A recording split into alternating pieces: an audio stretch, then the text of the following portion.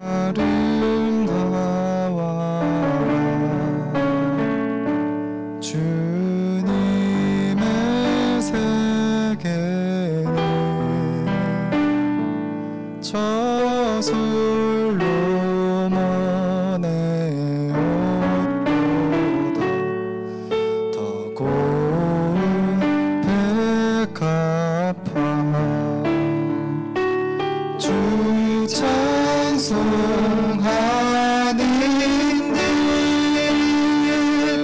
저 맑은 새소리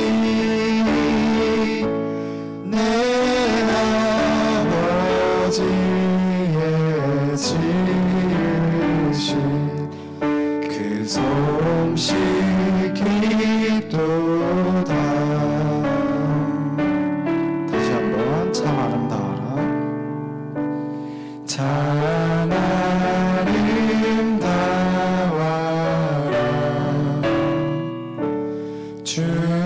주님의 세계는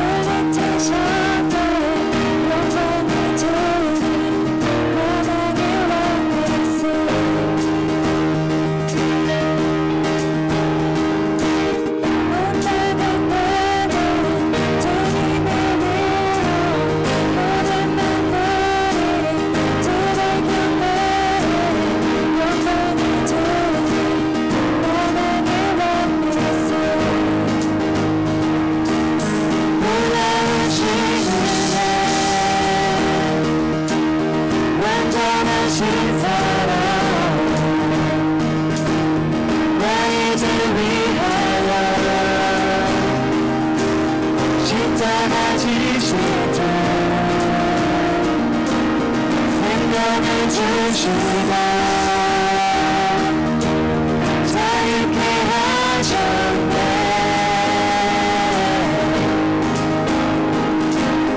예수의 것이 원하는 찬양해.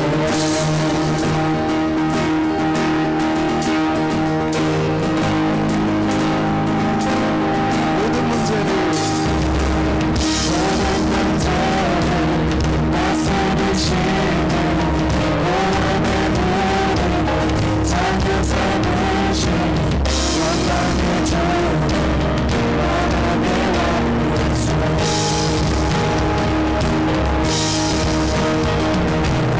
정의와 진리로 다스리시고 대한민국을 하나님만의 영광의 주 하나님의 왕 예수. 올라오시는 완전하신 사랑 나 이제 위하여 십자가 지신 주 성령을 주시고 자유케 하셨네.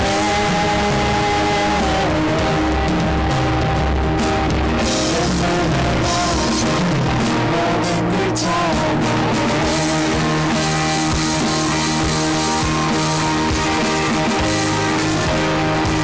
주님의 할렐루야.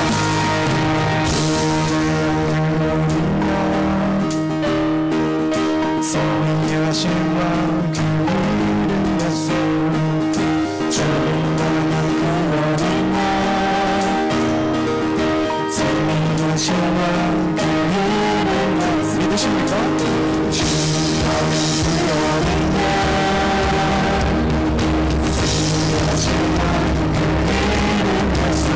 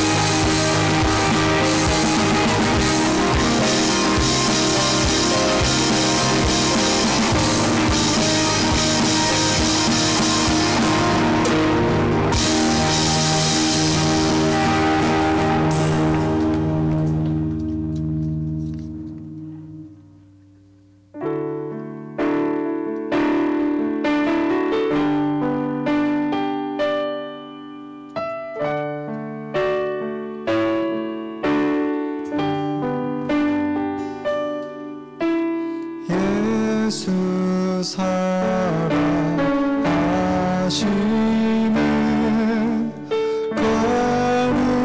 거룩하신 날일세. 우리들은 약하나 예수 권세 많도다. 나를 사랑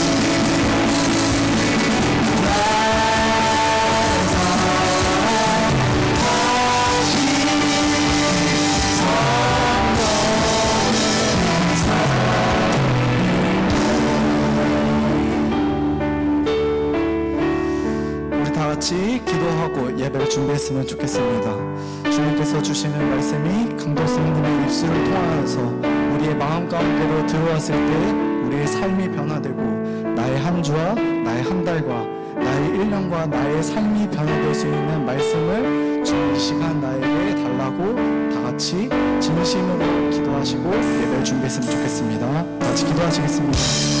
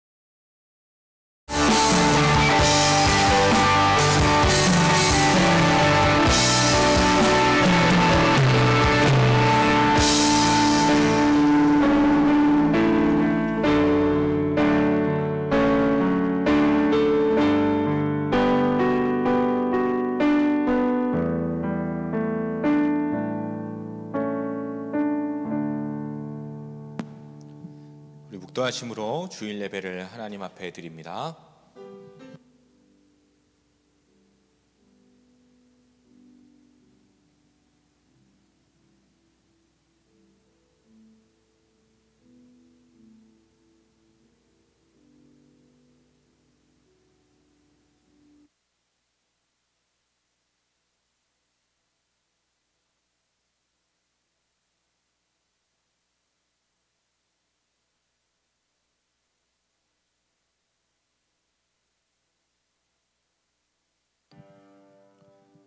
찬송가 1장 함께 찬양드리겠습니다.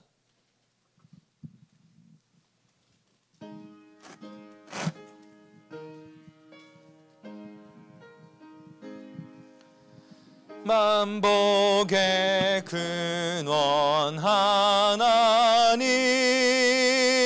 온 백성 찬송 드리고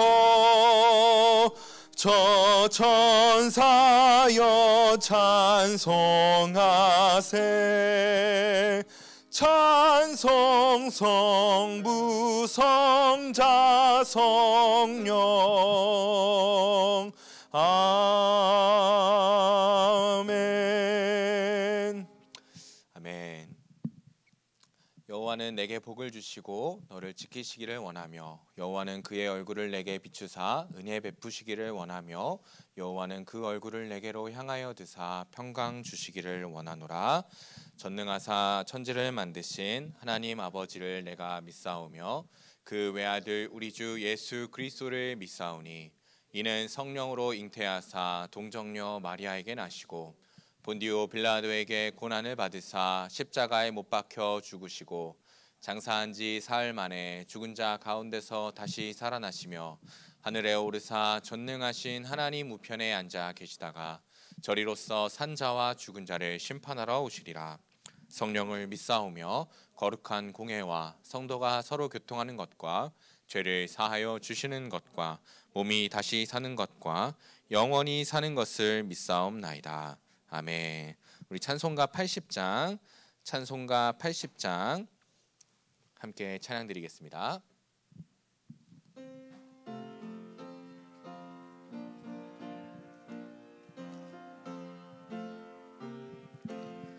천지에 있는 이름 중 귀하고 높은 이름 주 나시기 전 지으신 구주의 이름 예수 주 앞에 내가 엎드려 그 이름 찬송함은 내 귀에 들린 말씀 중 귀하신 이름 예수 주 십자가에 달릴 때 명패에 쓰인 대로 저 유대인의 왕이요 곧 우리 왕이시라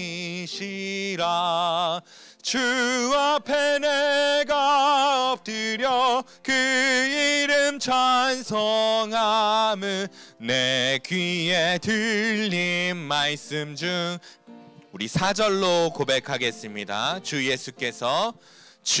예수께서 영원히 어제나 오늘이나 그 이름으로 우리에게 참 복을 내리신다. 주 앞에 내가 엎드려 그 이름 찬송함은 내 귀에 들린 말씀 중 귀하신 이름 예수. 아멘.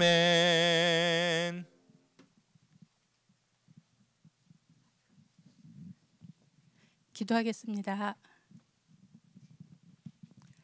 사랑이 많으신 하나님 아버지, 저희들에게 주의를 허락하여 주시고 이렇게 주님 앞에 모여서 예배드릴 수 있게 하여 주시니 감사드립니다. 하나님, 저희들이 오늘 드리는 예배가 온 마음을 다하고 정성을 다하고 목숨을 다하여 드리는 예배가 될 수 있도록 주님께서 인도하여 주시기 원합니다.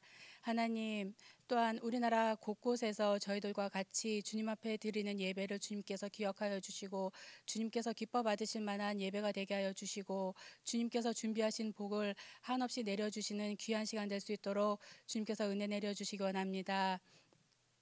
사랑이 많으신 하나님 아버지, 9월에는 주일학교 연합회에서 하는 문예대회가 있고 성경 목록 시험이 있습니다.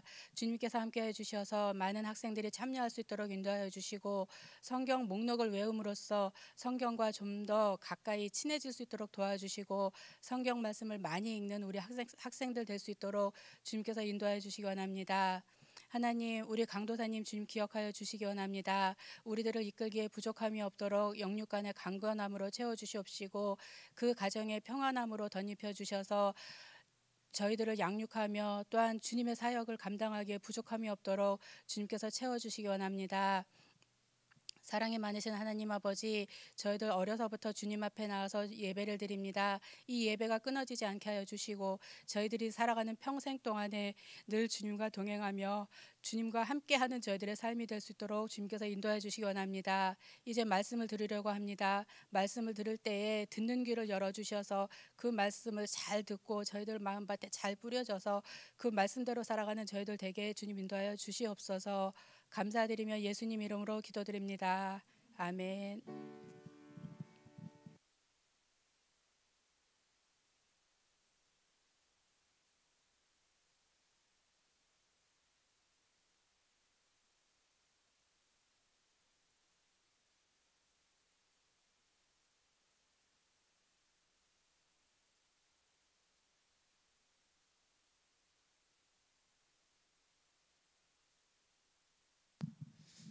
아멘. 오늘 우리가 함께 나눌 하나님의 말씀은요, 히브리서 1장 전체입니다. 히브리서 1장 1절로 14절의 말씀, 히브리서 1장 1절로 14절의 말씀을 우리가 함께 교독하고 마지막 절은 함께 읽도록 하겠습니다. 히브리서 1장 1절로 14절의 말씀을 제가 먼저 읽겠습니다. 옛적의 선지자들을 통하여 여러 부분과 여러 모양으로 우리 조상들에게 말씀하신 하나님이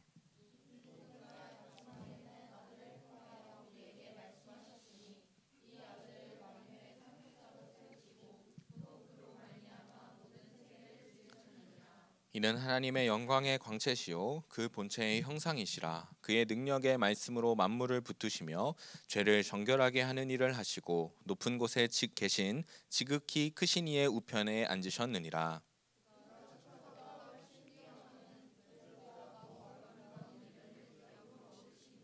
하나님께서 어느 때에 천사 중 누구에게 너는 내 아들이라 오늘 내가 너를 낳았다 하셨으며 또다시 나는 그에게 아버지가 되고 그는 내게 아들이 되리라 하셨느냐.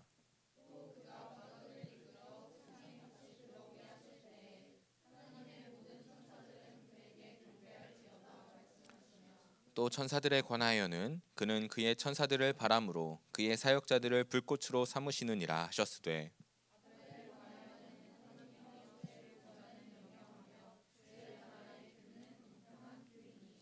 주께서 의를 사랑하시고 불법을 미워하셨으니 그러므로 하나님 곧 주의 하나님이 즐거움의 기름을 주께 부어 주를 동류들보다 뛰어나게 하셨도다 하였고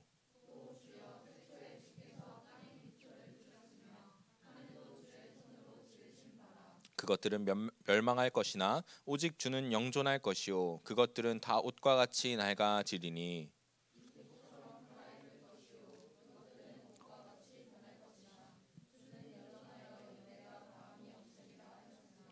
어느 때에 천사 중 누구에게 내가 내 원수로 내 발등상이 되게 하기까지 너는 내 우편에 앉아 있으라 하셨느냐. 함께 읽겠습니다. 모든 천사들은 섬기는 영으로서 구원받을 상속자들을 위하여 섬기라고 보내심이 아니냐. 아멘.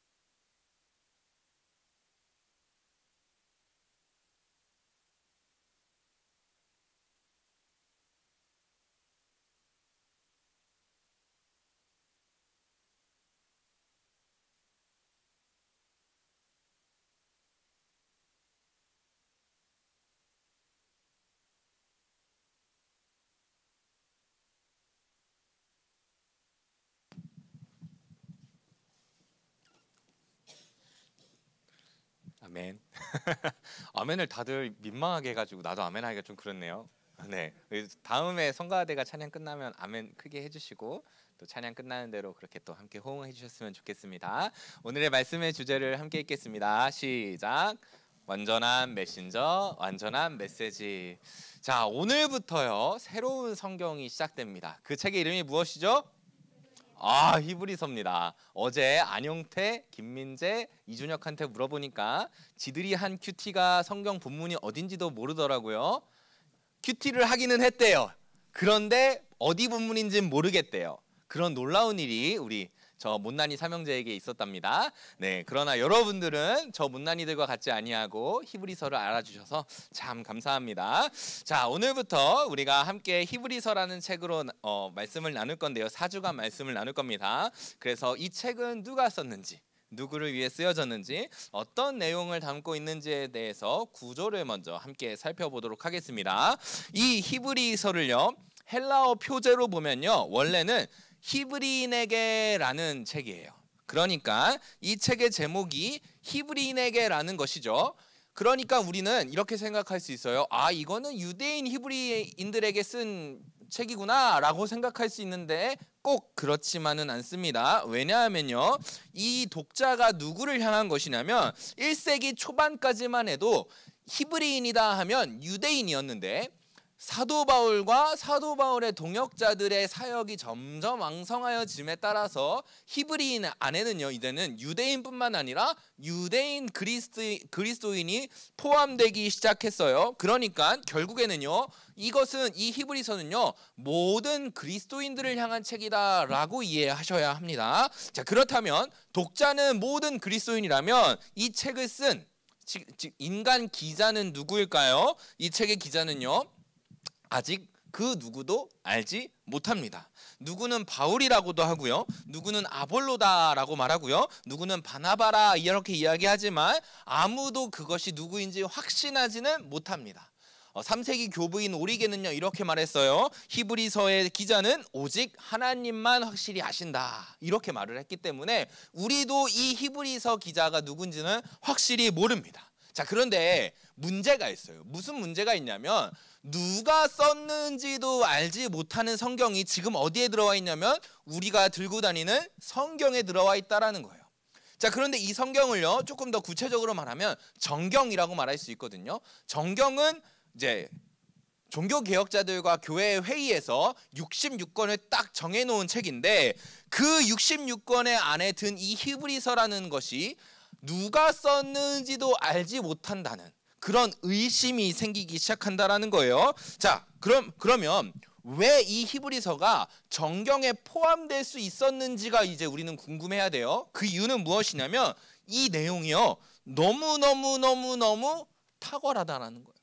우리가 읽고 듣고 믿고 확신하기에 너무너무 탁월한 하나님의 말씀이라는 것을 부인할 수 없기 때문에 이 히브리서 기자가 누구인지 알 수 없음에도 불구하고 이 히브리서가 정경 66권 안에 들어갔다라는 거예요. 자, 그러면 이 히브리서는 어떤 내용을 담고 있는지를 살펴봐야겠죠. 무엇이 그토록 탁월해서 이 히브리서가 정경 안에 들었는지를 확인해 봐야 될 텐데, 자, 제가 잠깐 설명을 해드릴게요. 이 히브리서가 누구를 위해 쓰인 책이라고 그랬어요?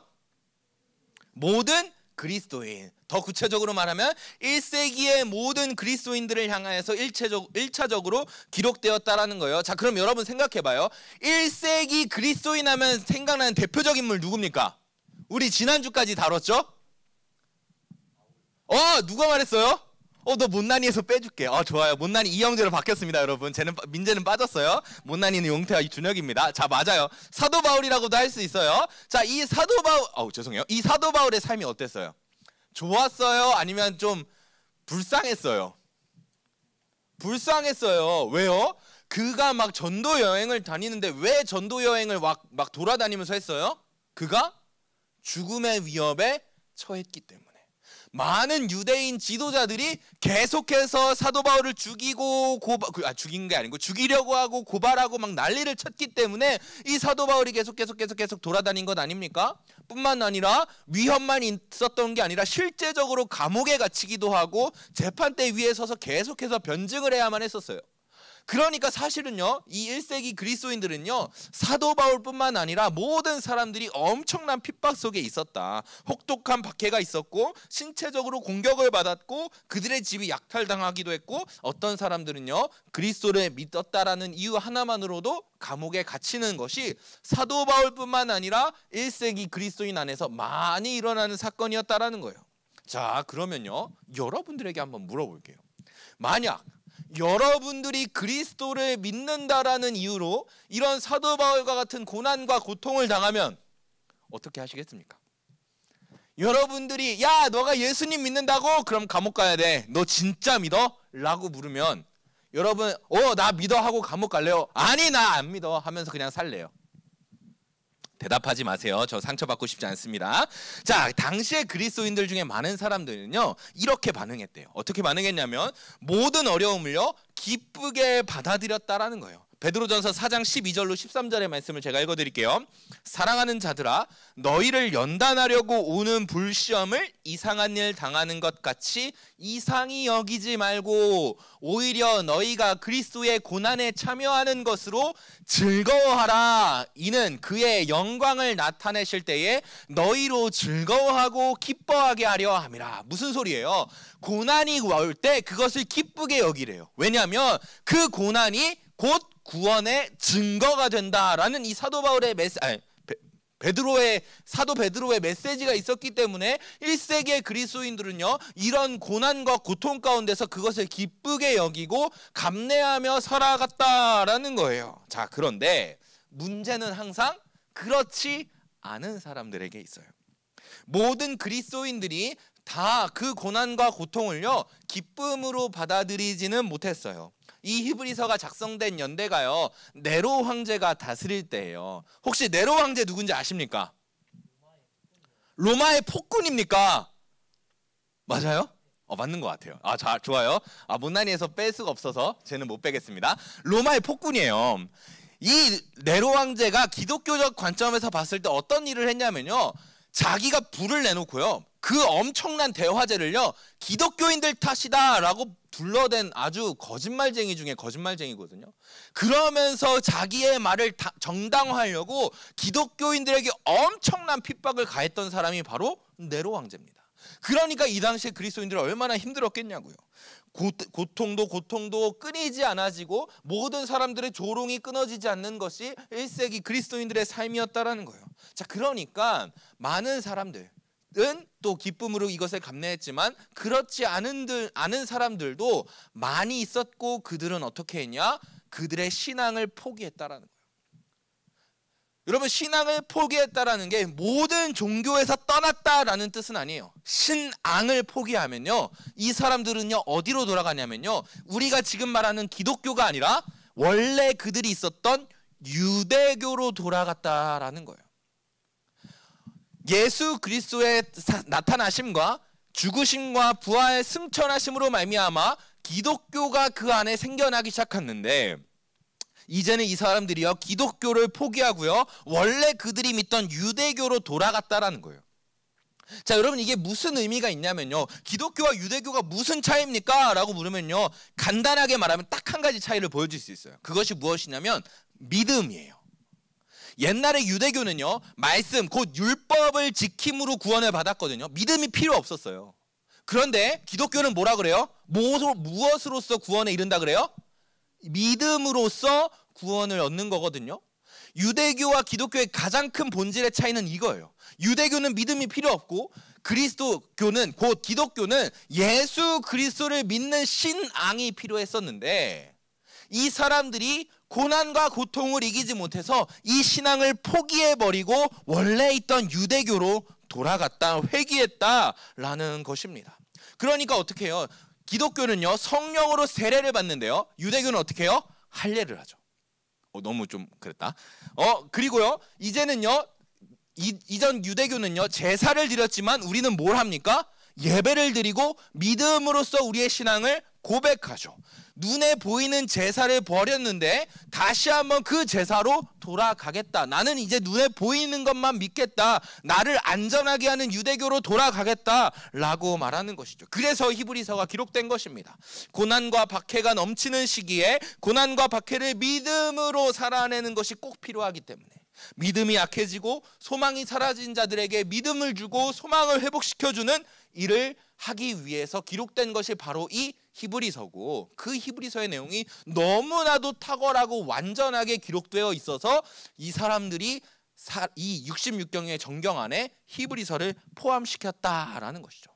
자, 여러분서 제가 질문 하나 할게요. 이번에 상품은요 제가 이번에 선물로 받은 모바일 문화상품권입니다. 자, 히브리서의 제일 유명한 장은 무엇이고 이것의 별칭은 무엇일까요? 손 먼저. 5,000원권 나갑니다. 히브리서의 제일 유명한 장은 몇 장일까요? 건준아, 나 너 일어나가지고 맞추는 줄 알았어. 몇 장일까요? 야, 이거 몰라요? 13장 같은 소리 하고 있네. 1장. 야, 13분의 1인데 이걸 못 맞춰? 12장. 맞출 때까지 가보자. 아유, 저걸 어떻게 해야 될까요? 아, 정답은 맞췄는데요. 쟤는 못 줄 것 같아요. 몇 장이냐면요. 11장이에요. 이걸 뭐라고 불러요? 선생님들은 아시죠? 뭐라고 부릅니까? 무슨 장이라고 부르죠? 믿음장. 네, 되게 늦게 나오네요. 믿음장이라고 부릅니다. 이 히브리서의 제일 유명한 건요 11장이고 그것을 믿음장이라고 불러요. 이 히브리서에서 가장 유명한 이 11장의 내용을 제가 세 절만 뽑아서 올게요. 자, 1절엔 이렇게 기록되어 있어요. 믿음은 바라는 것들의 실상이요 보이지 않는 것들의 증거니. 유대교는 보이는 것만 믿고 보이는 것만 따랐는데 이제는 예수 그리스도를 말미암아 우리는 믿음을 가져야 된다. 보이지 않는 그 증거를 그리스도로 말미암아 우리가 살아내야 한다라고 말하는 것이죠. 6절은요. 믿음이 없이는 하나님을 기쁘시게 하지 못하나니 그가 자기를 찾는 자들에게 상 주시는 이심을 믿어야 할지니라. 보이지 않는 것을 믿을 때 하나님이 뭘 주신대요? 상을 주신대요. 26절에는요. 그리스도를 위하여 받는 수모를 애굽의 모든 보화보다 더 큰 재물로 여겼으니 이를 믿음으로 지켜내는 사람들을 상주심을 바라봄이라는 것이죠. 여러분, 이것이요 결국에는요 히브리서의 기록 목적입니다. 고난의 때에 믿음을 주고 그 믿음으로 하나님이 주시는 상을 소망하게 하려는 것이 바로 이 히브리서의 기록 목적이라는 거예요. 사랑하는 여러분, 우리가 10월 한 달간 큐티를 할 거죠? 할 거죠? 다 할 거죠? 찬양팀 대답해라. 10월이라 그래서 10월에도 할 거잖아. 지금 9월이에요. 9월에 할 거죠. 이래서 그랬구나. 미안해. 죄송합니다. 9월에 할 겁니다. 제가 미쳤나 봐요. 한 달을 뛰어넘었어. 예. 9월 한 달간 우리가 큐티를 할 겁니다. 그때요 우리 안에 정말로 믿음이 생겨나기를 소망합니다. 그리고 그 믿음으로써 하나님께서 주시는 상을 발견하고요 그 상을 소망하며 살아가는 우리 중고등부가 되어지기를 소망합니다. 자, 이제 본문을 시작할 건데 15분 남았어요. 한번 가볼게요. 자, 오늘은요 본문을 세 가지 관심을 가지고 살펴보도록 하겠습니다. 첫 번째는요 완전한 메신저가 되시는 예수님입니다. 그리고 두 번째는요 완전한 메시지가 되시는 예수님이고, 세 번째로는 메시지를 받은 자들에게 나타나는 일입니다. 이 세 가지를 기억하면서 오늘 쭉쭉 따라 나와 보세요. 자, 먼저는요 완전한 메신저가 되시는 예수님에 대해서 살펴볼게요. 우리 1절의 말씀을 함께 읽겠습니다. 시작. 옛적에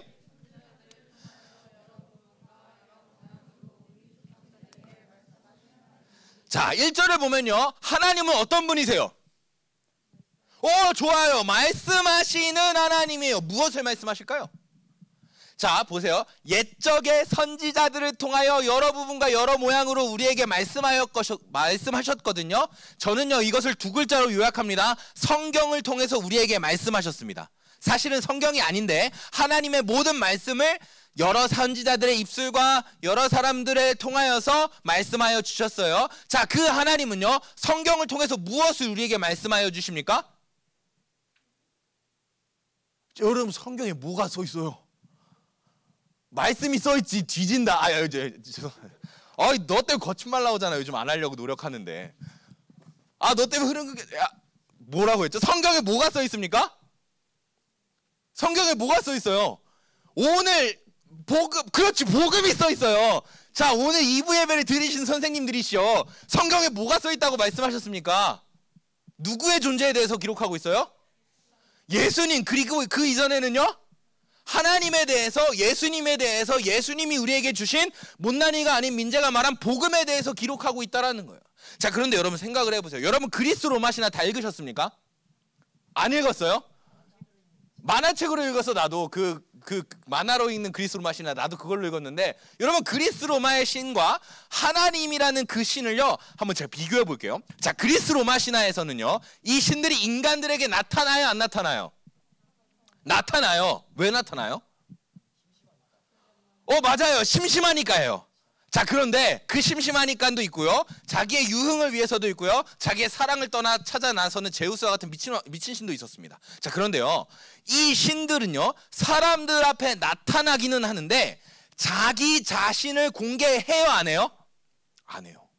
자, 이게 무슨 소리인지 알려드릴게요. 여러분이 신학기가 되었어요. 새로운 사람들을 만났어요. 자, 그러면 여러분은 뭐 엄청난 외향인이 아닌 이상 대부분요 쭈뼛쭈뼛 될 겁니다. 이놈은 좀 괜찮아 보이는데, 저놈은 괜찮아 보이는데, 이렇게 하다가 관계를 쌓아나가고 쌓아다가 보면 우리가 우리 안에 있는 깊은 마음속 이야기를 하죠. 그런데요, 그리스 로마의 신들은요 자신에 관한 이야기를 하지 않아요. 그런데요, 하나님은요 오늘 1절에 보니까 옛 선지자들을 통하여 여러 부분과 여러 모양으로 자기를 드러내시기에 안달난 분 같아요. 이게 그리스 로마의 신과 하나님과의 차이예요. 자, 그런데요, 왜 그러냐면요, 여러분 생각해 보세요. 여러분의 안에 있는 이야기를 다 꺼내놓으면 위험할 수 있어요. 왜요? 왜 위험할까요? 그것이 나의 약점이 될까 봐요. 그러니까 처음 본 친구한테는요 자기의 속 이야기를 하지 않아요. 내가 믿을 수 있고 내가 신뢰할 수 있고 내가 사랑하는 사람에게만 나의 속 이야기를 하죠. 자, 그렇다면 그리스 로마의 신들은요 왜 자기 자신을 드러내지 않을까요? 그것이 자기의 약점이 될까 봐. 인간 영웅이 신을 공격하여 신의 자리를 넘볼까 봐 두려워하죠. 그러니까 자기 자신을 오픈할 수 없는 거예요. 그런데 하나님은요 자기 자신을 끊임없이 나타내십니다. 이것을 신학적인 용어로 계시라고 하거든요. 욕하는 거 아닙니다. 이 계시는요 하나님이 자신을 드러내시는 일이에요. 그래서 우리 기독교를 계시의 종교라고도 합니다. 하나님은 왜 자기를 끊임없이 드러내실 수 있을까요? 그리스 로마의 신들과는 달라서 그래요. 자기 자신을 얼마나 공개해도 약점이 없을 뿐더러 모든 것을 오픈하여도 결코 인간이 범접할 수 없는 전지자유 전능자이시기 때문입니다. 이것이요 그리스 로마 신과 하나님의 차이이자 오늘 자기 자신을 계속해서 드러내시는 하나님의 이유예요. 그런데요 이 하나님께서요 자기 자신을 드러내시는데 2절의 말씀을 함께 읽어볼게요. 2절의 말씀을 시작. 이 모든 날 마지막에는 아들을 통하여 우리에게 말씀하셨으니 이 아들을 만유의 상속자로 세우시고 또 그로 말미암아 모든 세계를 지으셨느니라. 아멘. 이전까지는 여러 선지자들과 여러 모양과 여러 부분으로 하나님이 말씀하셨는데 이 모든 날 마지막에는, 마지막이 무슨 날이에요? 마지막 때죠. 우리 교회, 전체 교회의 표어인 마지막 때인 그 마지막을 말하는 거예요. 아까 못 맞췄으니까. 자, 마지막 때가 제가 무슨 의미가 있다라고 했죠? 마지막 때가 무슨 의미를 담고 있다 그랬어요? 어떤 한 시점이라 그랬어요? 마지막 때가 9999년 11월 12일 그날이 마지막 때라고 했습니까? 그렇게 말하면 이단이라 그랬죠. 자, 마지막 때가 뭐예요? 5글자예요. 예수님 재림 말고요. 구원의 3글자 2글자 마지막 단계라고 했어요. 자, 오늘은 문상 안 나간다. 자, 좋습니다. 구원의 마지막 단계예요. 마지막 구원의 단계 때는요 이제 이전 것들은 다 날려버리고요 예수 그리스도를 통하여 우리에게 말씀하십니다. 이제는요 예수님만이 우리에게 하나님의 메시지를 전하시는 메신저가 되시는 것이죠. 이 구원의 마지막 단계에서 예수님이 왜 이 메신저가 되시냐면요 그 이유가 2절 하반절에 있어요. 이 아들을 만유의 상속자로 세우시고 또 그로 말미암아 모든 세계를 지으셨느니라. 아멘. 자, 보세요. 왜 예수님이 유일한 메신저가 될 수 있냐면요 예수님만이 만유의 상속자시고 예수님은 태초가 창조될 때로부터 계속해서 하나님과 사역을 이어나가시는 분이기 때문이에요. 자, 그러니까 예수님만이 하나님을 가장 완벽하게 전달할 수 있다는 것이죠. 이는 하나님의 영광의 강체시오. 3절입니다. 이는 하나님의 영광의 강체시오 그 본체의 형상이시라. 그의 능력의 말씀으로 만물을 붙드시며 죄를 정결하게 하시는 일을 하시고 높은 곳에 계신 지극히 크신 이의 우편에 앉으셨느니라. 그렇게 완전한 메신저가요 무슨 일을 하시냐면요, 보세요. 그의 능력의 말씀으로 만물을 붙드십니다. 상속자가 되시는 메신저께서요 말씀으로 모든 만물을 붙잡으세요. 자, 여러분, 이게 무슨 의미가 있냐면요, 내가 상속자야. 그런데 내가 한 소리에 딱 붙잡았어. 너는 나랑 같이 간다. 자, 그러면 얘는 내가 받은 상속을 공유할까요, 안 공유할까요? 공유할 거예요. 얘가 지금 비참한 정말 가난한 자리에 있어요. 는 아니지만 그렇게 있어요. 그래서 내가 얘를 붙잡는 거예요. 자, 한솔아, 내가 너는 먹여 키운다 라고 하면 제가 받은 상속을요 한솔이도 같이 공유하게 되는 것이에요. 예수님은요 이런 일을 하시는 겁니다.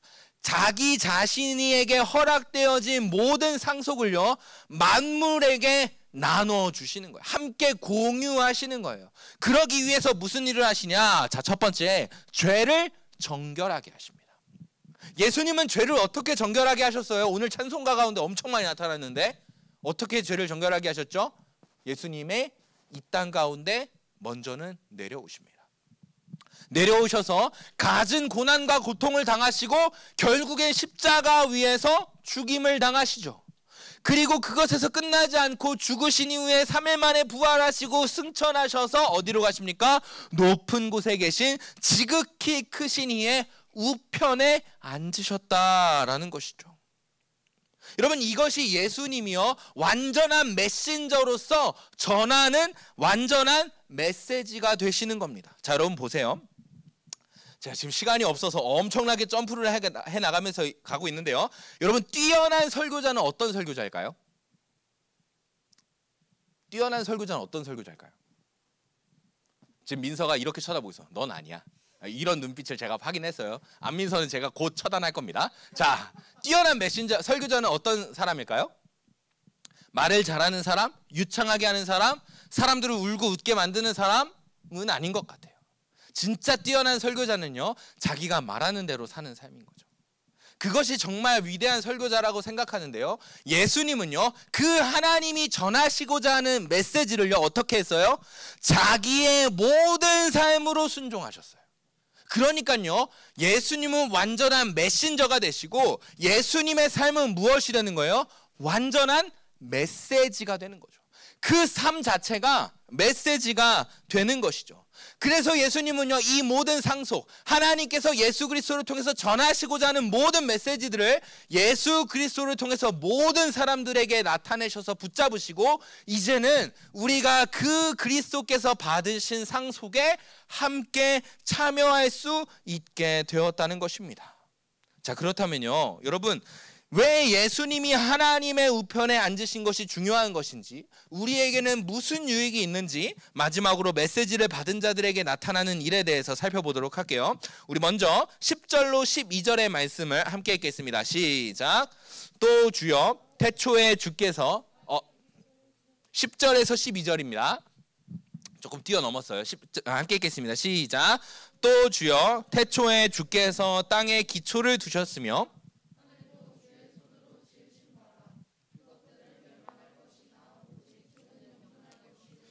그것들은 다 옷과 같이 낡아지리니 의복처럼 갈아입을 것이요 그것들은 옷과 같이 변할 것이나 주는 여전하여 연대가 다함이 없으리라 하셨으나. 아멘. 자, 보세요. 지금요 무슨 일이 일어나고 있냐면요, 예수님이요 십자가에서 죽으시고 부활하셔서 우편에 들어가셨어요. 그런데 그 예수 그리스도께 나타난 상속이 무엇인지 10절로 12절의 말씀이 기록하고 있어요. 10절 보여주세요. 또 주여 태초에 주께서 땅의 기초를 두셨습니다. 이 땅은 하나님이 직접 창조하신 땅입니다. 이 땅은 어디예요? 지금 우리가 살아가는 이 땅이죠. 자, 그런데요 이 땅이요 11절에 어떻게 되냐면요, 우리가 살아가는 이 땅이 어떻게 된대요? 멸망할 것이래요. 이 땅은요 곧 사라지고 아무 쓸모가 없어지는 상황이 분명히 우리에게 닥쳐온대요. 그런데 오직 주는 영원히 존재하십니다. 그러나 이 땅은요, 옷과 같이 옷을 오래 입으면 낡아 없어지는 것처럼 이 땅은요 곧 멸망할 것입니다. 그래서 이 땅은요 의복처럼 갈아입어질 것입니다. 어떻게요? 예수 그리스도에게 상속으로 주어지는 땅으로 지금의 이 시대, 이 삶이 사라지고요, 하나님이 그리스도를 통해서 주시는 영원한 상속으로 우리가 갈아입혀질 것이라는 것입니다. 사랑하는 여러분, 이게 무슨 의미일까요? 여러분의 삶이 어떤지를 먼저 살펴봐야 돼요. 나는 행복하다, 난 너무 행복하다, 이 삶이 끝나지 않았으면 좋겠다. 한번 손 들어 보실래요? 단 한 명도 없어? 아 진짜? 아니 손 들어도 돼. 행복할 수 있지. 난 너네가 행복하길 바래. 없어. 선생님도 오늘부터 철야하셔야겠어요. 우리 아이들의 삶이 행복해지길. 자, 그러면 이 말은 제가 좀 넘어갈게요. 자, 그러면 나는 이 삶이 너무나도 고통스럽고 지겹다, 힘들다 하시는 분들 손 들어보세요. 그건 또 아니야. 난 너무 장석호는 너무 극단적이야. 손 들어보세요. 이러면 다 들겠죠. 자, 여러분. 자, 그럼 제가 두 가지 말씀을 다 해줄게요. 자, 여러분, 여러분들이 지금 행복함 가운데 있습니까? 부족한 것이 전혀 없고 여러분들은 모든 만족 가운데 있습니까? 자, 그렇다면요, 여러분 기억하셔야 됩니다. 그 삶이요, 길어봐야 100년입니다. 놀라운 말이죠. 지금 너무 행복한 사람들에게 이렇게 말하는 거예요. 그 삶이요, 길어봐야 100년이에요. 100년 뒤면 어떻게 될까요? 이 땅은 멸망할 것입니다. 멸망할 것인데 바로 새로 갈아입혀지는 것이 아니고요, 우리가 거쳐가야 되는 곳이 있어요. 그곳이 어디냐면 하나님의 심판대 앞에 서게 되는 것입니다. 만약 우리가 그 평안과 그 행복감 가운데 젖어 살아가지고 완전한 메신저이자 완전한 메시지를 전하시는 그리스도를 믿지 않고 세상의 가치대로 살아간다면 우리는 어떻게 될까요? 우리는 그 갈아입혀지는 의복과 같은 상속을 받을 수 있을까요? 없을까요? 받을 수 없게 된다는 것입니다. 그날 심판대 앞에서 실행되는 심판은요, 우리에게 매우 비참한 결과를 가지고 올 것입니다. 그럼 반대로요, 내 삶은 너무 고난과 고통이 가득하고 슬픔과 외로움이 있고 관한과 병으로 고통받고 있습니다 라고 말하는 분들 계십니까? 그런 분들에게도 다시 한번 권면합니다. 그 삶이요, 길어봐야 100년입니다. 우리가 지금 비록 어렵고 고통스러운 삶을 살아갈지라도 우리의 믿음을 포기하지 않고 유대교로 회귀하지 않고 세상의 유혹에 흔들리지 않고 그리스도께서 우리에게 전하시는 메시지 안에 살아간다면 지금 당장 우리의 삶은 어려울지라도 앞으로 그리스도께서 다시 오시는 그날에 고난과 고통이 가득한 인생길이 완전히 멸망하고 영원하게 빛나는 그 하나님의 나라에 우리가 들어가게 된다는 것입니다. 우리는 그러니까요, 그 메신저이자 메시지가 되시는 예수 그리스도만을 통해서 천국에 들어간다는 것을 우리는 확신하셔야 됩니다. 그것을 확신하면서 지금 우리의 삶이 행복감 가운데 있든 우리의 삶이 비참 가운데 있든 상관하지 않고 그 완전한 메신저이자 메시지인 그리스도를 믿음으로 살아가야 한다라는 거예요. 이것이 히브리서의 본질입니다. 너네 다른 거 없어. 유대교로 돌아가지 마. 유대교로 돌아간다는 게 뭐예요? 여러분들이 껍데기만 남은 신앙생활을 하는 거거든요. 그것이 너의 삶이 편안하게 보여질지라도 돌아가지 마. 우리 안에 뭐가 있어야 돼? 우리 안엔 예수 그리스도가 있어야 돼. 예수 그리스도를 믿는 믿음이 있어야 돼. 그 믿음만이 우리를 구원할 수 있어. 그 믿음만이 우리를 완전한 소망에 바라볼 수 있는 안경이 되어주는 거야 라고 말씀하고 계시는 거예요. 사랑하는 여러분, 지금 여러분들이 어떤 삶을 살아가고 있습니까? 여러분은 어떤 신앙생활을 하고 있습니까? 찬양팀 나와주세요. 그 신앙생활 가운데 우리가 기억해야 될 것이 있어요. 그것이 무엇이냐면요, 우리 안에 진짜 그리스도가 계신가, 진짜 그리스도가 우리와 함께 하시는가. 여러분 성가대로 가운 입고 찬양하는 거 너무 좋은데요, 여러분들 안에 믿음이 있습니까? 여러분들 안에 그리스도가 계십니까? 우리 선생님들 교사로 섬기고 헌신하는 가운데 선생님들 안에 그리스도가 계십니까? 임원단, 제자훈련, 기타 등등 어떤 분들도요, 지금 주일 예배에 나오시는 여러분들의 마음 가운데 진짜 그리스도가 계십니까?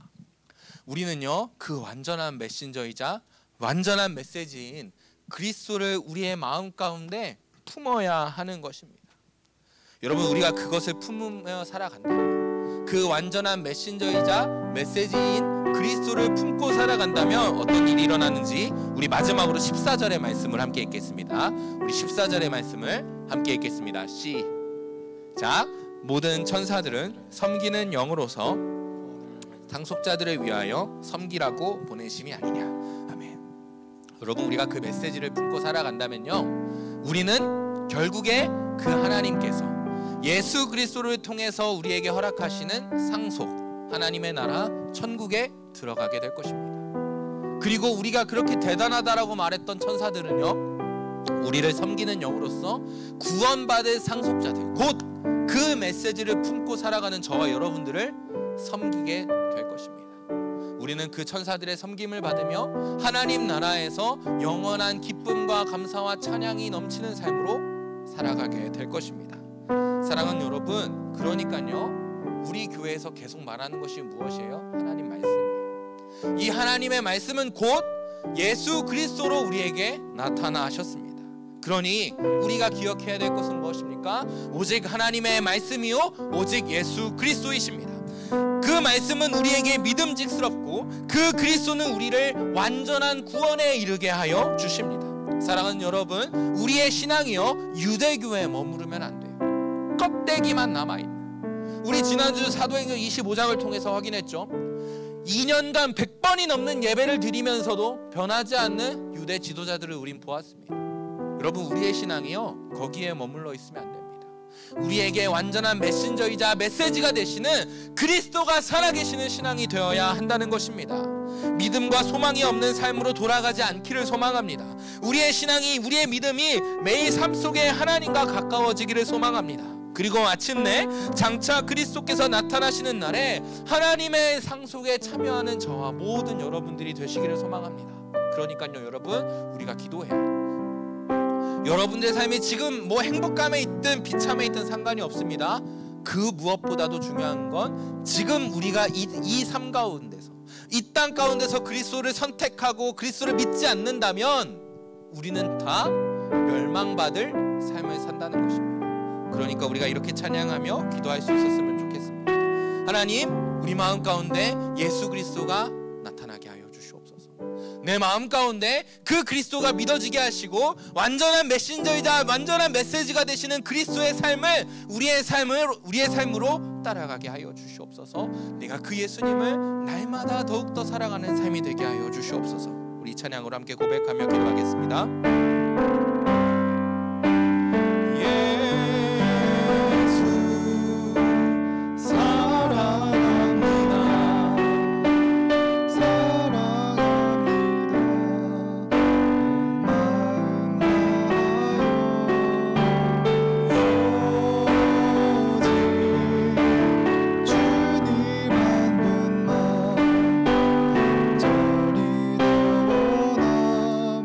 다시 한번 내 마음을 담아 고백합니다. 예수 사랑합니다. 예수 사랑합니다.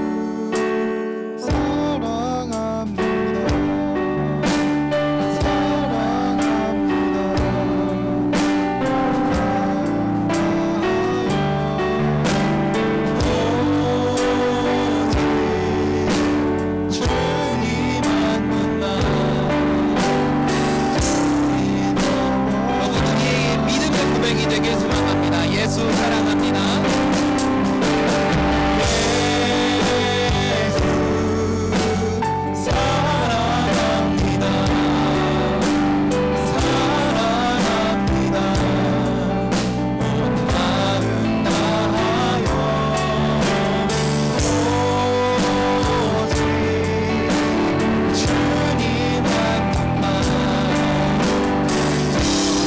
여러분 진짜 여러분들의 입술로 고백해 보십시오.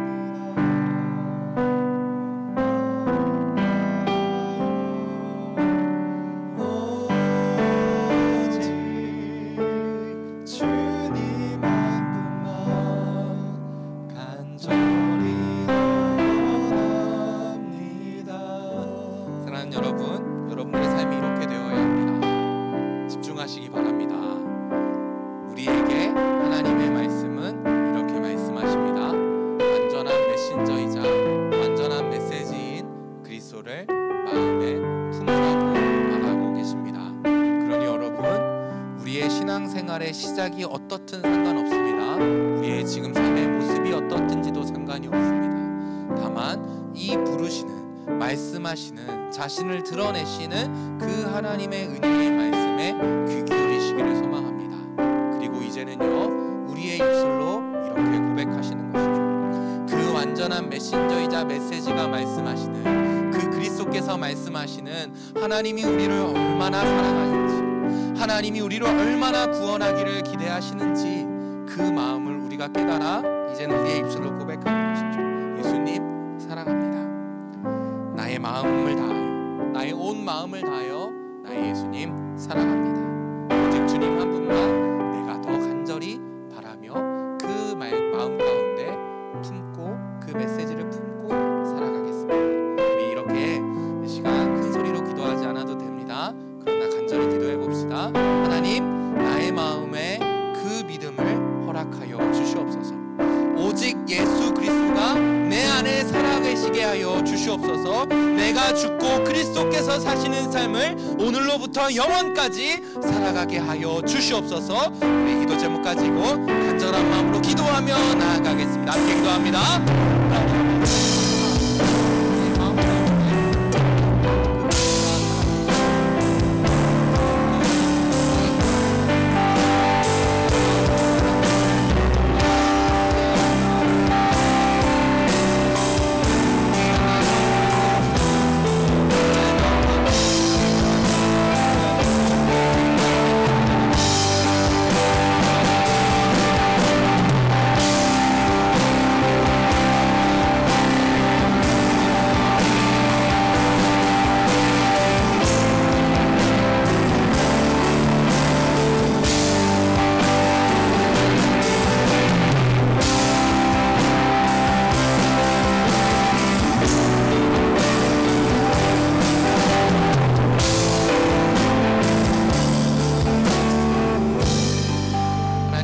감사합니다.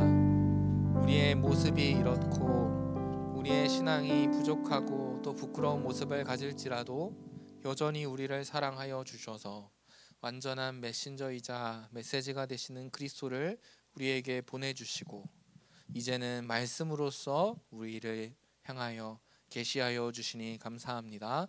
하나님, 우리가 이 말씀 그 그리스도를 마음에 품고 매일매일의 삶 가운데 그리스도로 살아내는 한 사람 한 사람이 되어지기를 소망하오니 주여, 오늘 우리가 죽고 그리스도께서 사시는 삶이 시작되게 하여 주시옵소서. 날마다 말씀 가운데 그리스도의 마음을 깨달아 알게 하시고 날마다 말씀 가운데 하나님의 사랑이 느껴지게 하시고 말씀 가운데 우리를 인도하시는 성령의 도우심을 경험하게 하여 주셔서 우리가 날마다 말씀으로 그리스도 안에서 살아낼 수 있는 모든 중고등부가 될 수 있도록 주님 인도하여 주시옵소서. 그것으로 말미암아 이 땅은 짧고 곧 멸망할지라도 다시 우리에게 허락하시는 새로운 땅, 그 하나님의 나라를 소망하며 살아가고 마지막 날 주님 오시는 그날에 우리가 그 천국에 모두가 들려 올라갈 수 있도록 주님께서 함께하여 주시옵소서. 우리의 삶의 모든 문제들, 그런 것들을 다 말씀으로 이기게 하실 줄 믿사오며 역사하시는 우리 구주 예수 그리스도의 이름으로 기도드립니다. 아멘. 우리 주기도문으로 예배를 마칩니다. 하늘에 계신 우리 아버지여, 이름이 거룩히 여김을 받으시오며 나라의 임하옵시며 뜻이 하늘에서 이룬 것 같이 땅에서도 이루어지이다. 오늘날 우리에게 일용할 양식을 주옵시고 우리가 우리에게 죄 지은 자를 사하여 준 것 같이 우리 죄를 사하여 주옵시고 우리를 시험에 들게 하지 마옵시고 다만 악에서 구하옵소서. 대개 나라와 권세와 영광이 아버지께 영원히 있사옵나이다. 아멘.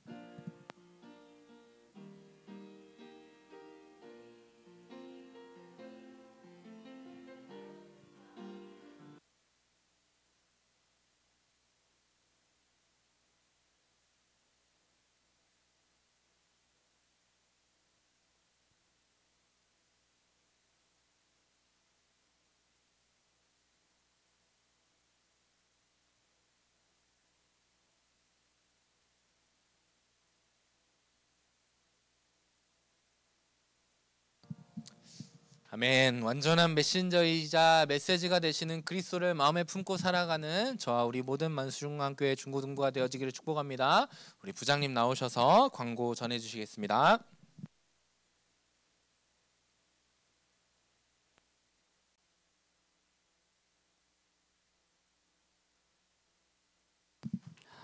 자, 안녕하십니까? 예, 말씀 잘 들었죠? 예, 고난도 길어야 100년이니까 100년만 참아요. 알았죠? 예, 전에 얘기한 것처럼 공부한 날하고 기쁜 날하고 섞어놨으니까 50%씩 잡고 50년만 참으면 되겠네. 이제 한 10몇 년 참았으니까 30년만 참으면 되겠네. 그지? 그죠? 아, 힘들어도 참아요. 금방 지나가니까. 자, 가을이 왔습니다. 그죠? 가을이 왔어요. 세월이 참 빨라요. 그죠? 아, 우리 하민이 큰 눈 뜨고서는 올라와가지고 두리번걸 따고 그제 같은데 벌써 1학년 다 돼가고 있어. 그제? 또랑또랑해졌잖아 우리 하민이가. 자, 우리 청년들이 자꾸 군대에 가죠. 그죠? 아, 민재도 가고 예찬이도 가고 군대 가고 있는데 우리 청년들이 자꾸 군대 간다 그러면은 괜히 즐거워져. 기분이 좋아. 응? 자, 여러분들도 좀 있으면 다 군대 갈 거 아니야. 그지? 찬서야, 몇 년 뒤에 군대 가니? 어? 얼마 안 남았지? 군대 갈 날이.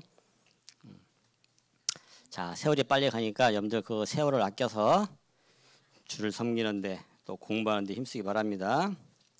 자, 9월 셋째 주, 넷째 주는 성경 문독 시험이 있습니다.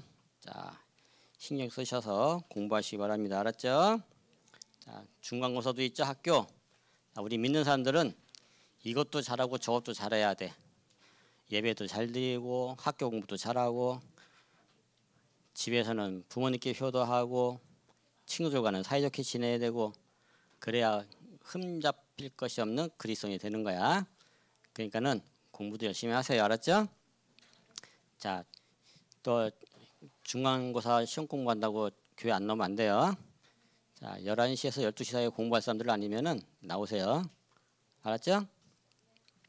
자, 그리고 자, 한남로의 주일학교연합회 주간 제32회 문예대회가 있습니다. 자, 주제는 여호와 샬롬이 되겠습니다. 자, 여러분들 수련회 때 여호와 샬롬 했죠? 자, 그것을 주제로 글짓기, 그림기가 있습니다. 그러니까 여러분들 생각이 있는 분들은 참석하세요. 알았죠? 아, 이건 미리미리 참석을 해야 돼. 저기 신청을 해야 되니까 자, 나는 글 좀 쓰고 싶다. 그림 좀 그린다는 사람들은 참석하세요. 알았죠? 아, 그냥 놀러 간다 생각하시고 참석하시면 됩니다. 용태야, 들었어 안 들었어? 참가할 거야? 참가할 거야? 준혁아 혼 좀 내줘. 자, 오늘은 성경 공부반 개강날입니다. 2학기. 자, 알람들 맞춰 놓으시고 미리미리 준비하세요. 알았죠? 밥도 미리 먹고 화장실도 미리 갔다 오고 지각하지 말고요. 알았죠?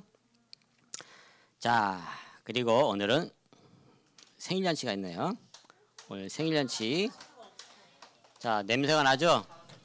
예, 피자 냄새 나고 있습니다. 자, 오늘은 피자로 생일잔치 하도록 하겠습니다.